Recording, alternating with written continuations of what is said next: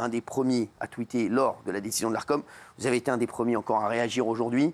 Et je sais que vous ne le faites pas. Et je pense, et je le dis sincèrement, je vous promets, je pense qu'Éric Ciotti l'aurait fait si ça avait été pour une émission sur France 5, pour Au Quotidien, pour C'est à vous. Je suis persuadé qu'il aurait fait la même chose, Éric Ciotti, ce qui n'est pas le cas des amis de Gilles Verdez, voilà, qui se réjouissent. Merci Éric Ciotti d'être là. Je sais que vous êtes limite peiné par cette décision. Oui, ce soir, c'est une ambiance particulière, parce que vous alliez ici toujours le sérieux sans se prendre au sérieux. On parle de sujets graves, mais toujours avec humour, avec bonne humeur, avec joie. Et ce soir, dès que je suis rentré ici dans vos studios, on voit que les mines sont graves. Et il y a de la tristesse, il y a de l'inquiétude, et chacun a le cœur lourd.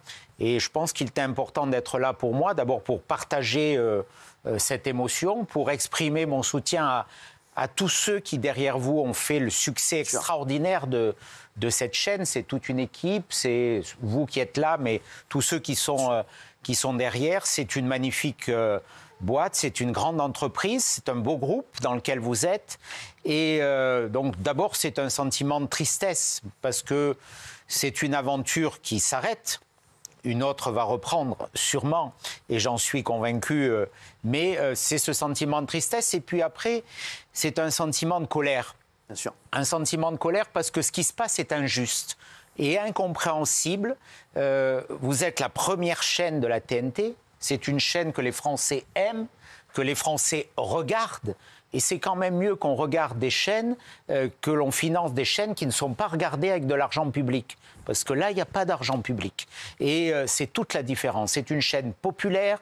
Et derrière cette décision, il y a des arrière-pensées très politiciennes, très politiques. Il y a aussi un mépris d'une certaine caste qui aimerait dire ce qu'on doit penser, ce qu'on doit regarder, ce qu'on doit écouter, parce qu'eux, ils savent ce qui est le bien et le mal.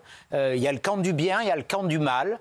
Et il y a cette gauche qui se sent propriétaire de la bien-pensance, qui donne des labels où l'on doit regarder, où l'on doit bien penser, où l'on doit bien voter par la suite.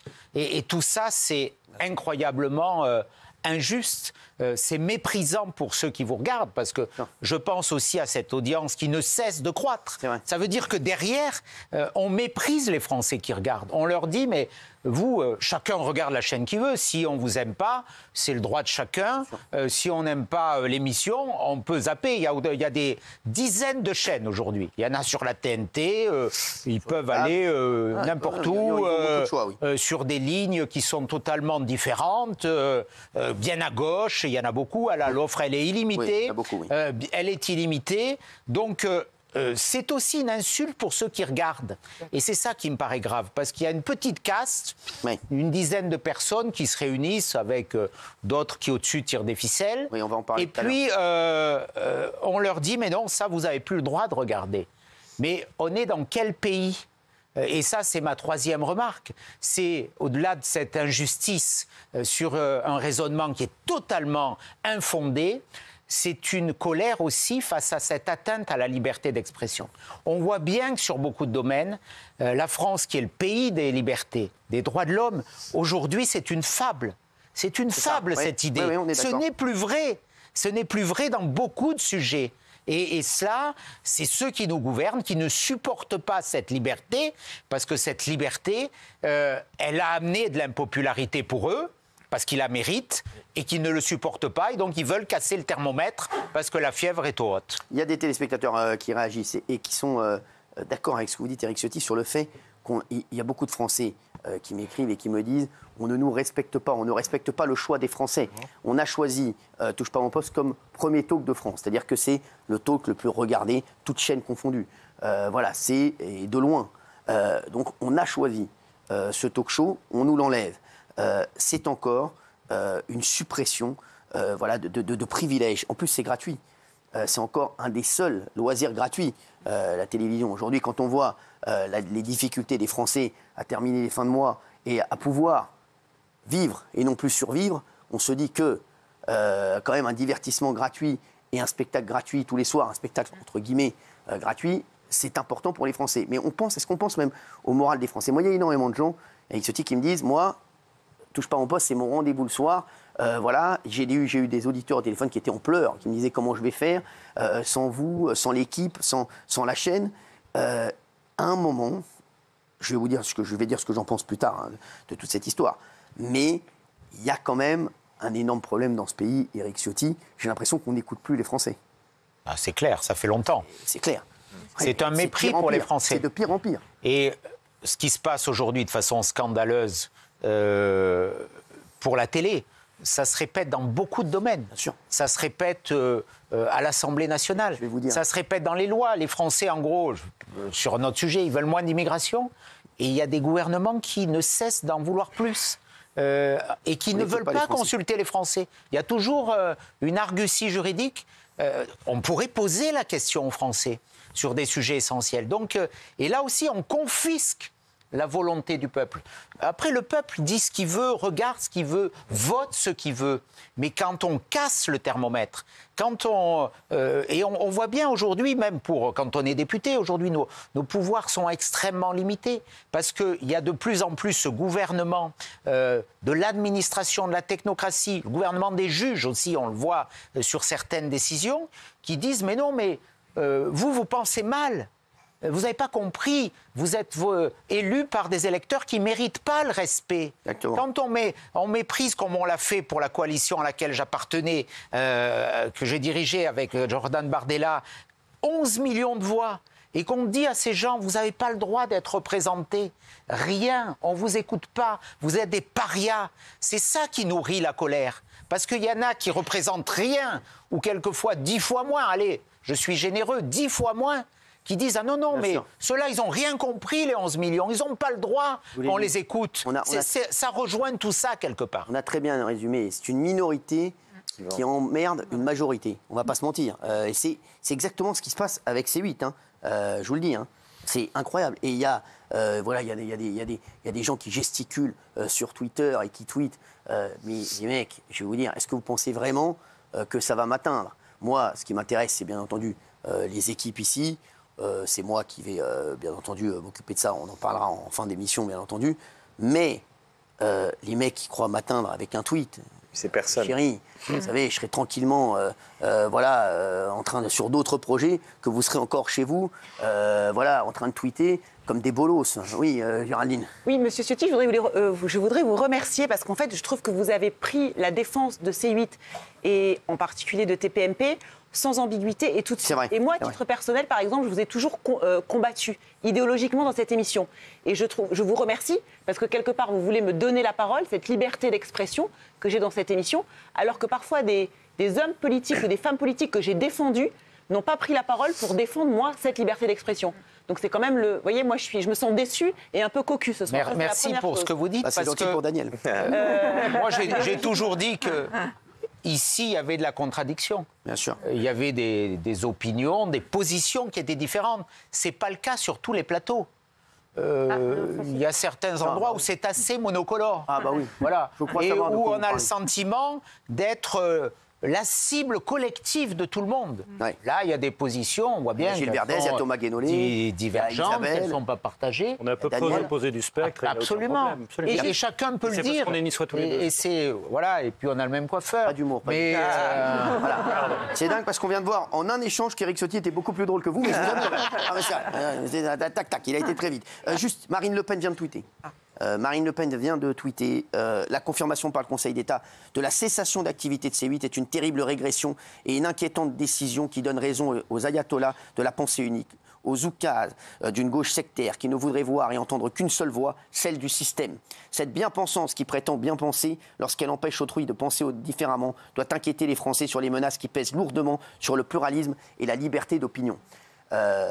Merci à Marine Le Pen, en tout cas, d'avoir tweeté. Il y a Jordan Bardella qui a tweeté également. Je vous dis, il y a Laurent Wauquiez qui a fait une vidéo, on va voir ça dans un instant.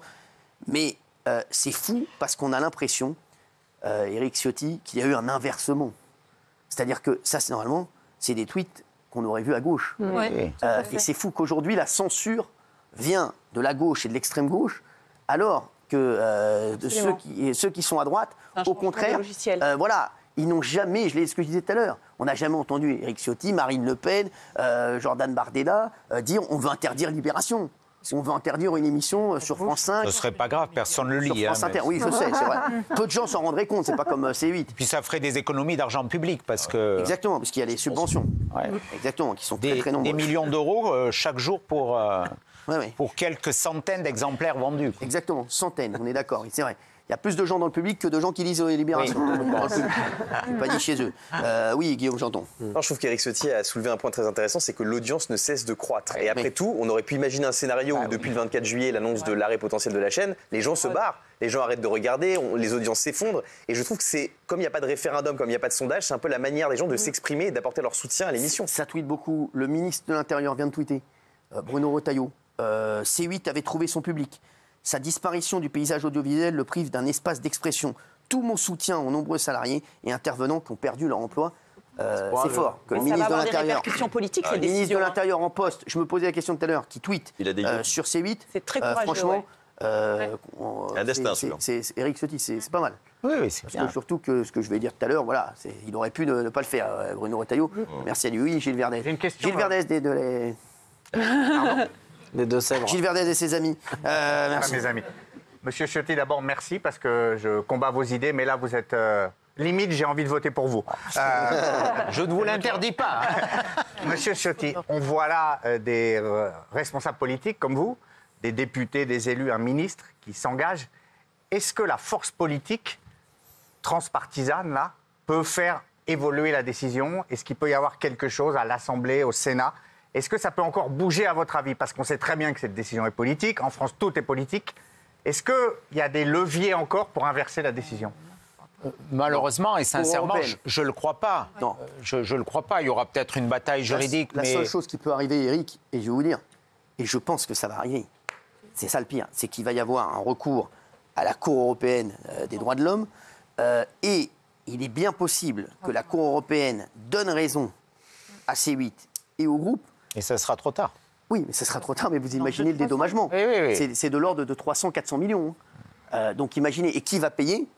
C'est les Français qui peuvent payer pour la bêtise de nos institutions. Parce que c'est les 300... voilà, je vous le dis, c'est un coût de... Voilà, une chaîne de télé qui ferme, c'est, je pense, voilà, avec le préjudice, etc., ça va être dans les entre 300 et 500 millions. Et ce sera pour qui, les 500 millions? Mais ce sera pour nous, pour Canal+. Le contribuable. Voilà, oui, non, ça le contribuable. Ce sera pour Bien sûr, Canal+. oui, le groupe. Voilà, donc ils pourront tweeter après, nos amis de l'Assemblée, là, ils pourront tweeter avec l'argent du contribuable que Cyril est définitivement fini. Ce sera pour Canal+, les 500 millions, il faut le dire. Ah oui, il faut le dire. Bah oui, bêtise monumentale. Alors, moi, je voulais pas le dire, parce que voilà, je suis pas là-dedans. Mais tu as raison de le dire, bravo. Ah oui. C'est bien. C'est fou. Il y a Marion Maréchal qui a tweeté également. La confirmation par le Conseil d'État de la suppression de C8, première chaîne de la TNT par l'Arcom, classe la France comme un pays où le pluralisme médiatique déjà mal en point recule.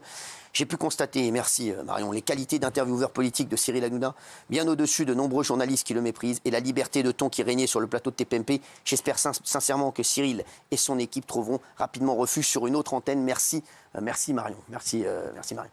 Voilà. Est-ce que Paul Sclax, vous pensez de tout ça? Moi déjà, je trouve ça dégueulasse.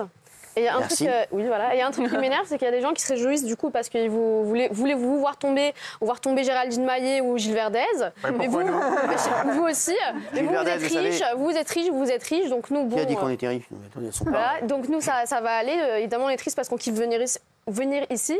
Et moi, ce qui me fait vraiment la peine, c'est les équipes et surtout le public. Parce que quand je vais dehors, les gens me parlent, moi je leur parle, que ce soit dans le taxi, à la boulangerie, je sais pas, quand je fais mes courses. Et vraiment, tout le monde est très très triste, c'est leurs habitudes.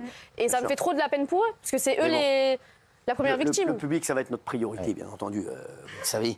Et on parlera de tout ça en fin d'émission. En tout cas, merci. Et, raison. Bravo pour ce que vous avez dit, c'est important. Éric Ciotti, je voudrais vous remercier, vraiment encore merci une fois. Vous. Et franchement, voilà, je vous le dis, vous êtes là depuis le début. Et lors notre prochaine aventure, j'espère que vous viendrez nous voir. Avec plaisir, bien entendu. Il y aura de belles aventures, j'en suis sûr, et je vous le souhaite. Merci Éric Ciotti. Merci Éric Ciotti qui est avec ton peuple. Merci beaucoup. Merci beaucoup.